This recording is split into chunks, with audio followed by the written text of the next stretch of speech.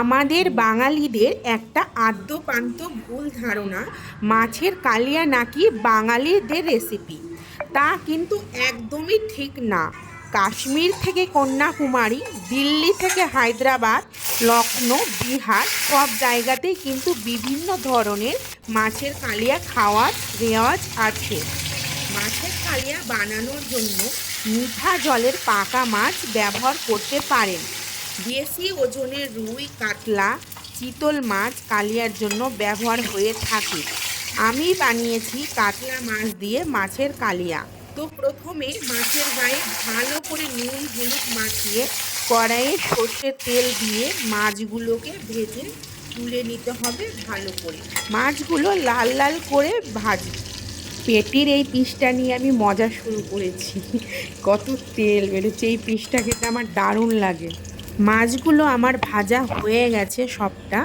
এবার মশলার জন্য পেঁয়াজ, টমেটো, আদা, রসুন, কাঁচা লঙ্কা ও কিশমিশ বেটে নেব, যেটা মাছের কালিয়ার মেন উপকরণ বা মাছের কালিয়ার একটি বিশেষত্ব হলো কিশমিশ বাটা। অনেকে আবার গোটা দেয়, অনেকে আবার বেটে দেয়। আমি এখানে বেটে দেব। এবার কড়াই সর্ষের তেলে গোটা গরম মশলা, শুকনো লাল লঙ্কা, গোটা জিরে ও তেজপাতা ফোড়ন দিয়ে ফোড়নটা ফুটে উঠলে তৈরি করে রাখা মশলার পেস্টটা দিয়ে পরিমাণ মতো নুন, হলুদ, জিরে গুঁড়ো, লাল লঙ্কার গুঁড়ো ও সামান্য চিনি দিয়ে সমস্তটা ভালো করে কষিয়ে নেব। মশলাটা ততক্ষণ কষাতে হবে যতক্ষণ না মশলা থেকে তেল ছেড়ে দেই।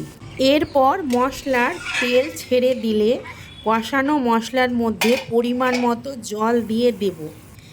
এরপর ঝোলটা ফুটে উঠলে ভেজে রাখা মাছগুলো দিয়ে দেব এবং মাছগুলো দেওয়ার পর বেশিক্ষণ ঝোলটা ফোটানোর দরকার নেই, মাত্র 2 মিনিটের মতো ফোটালেই হবে।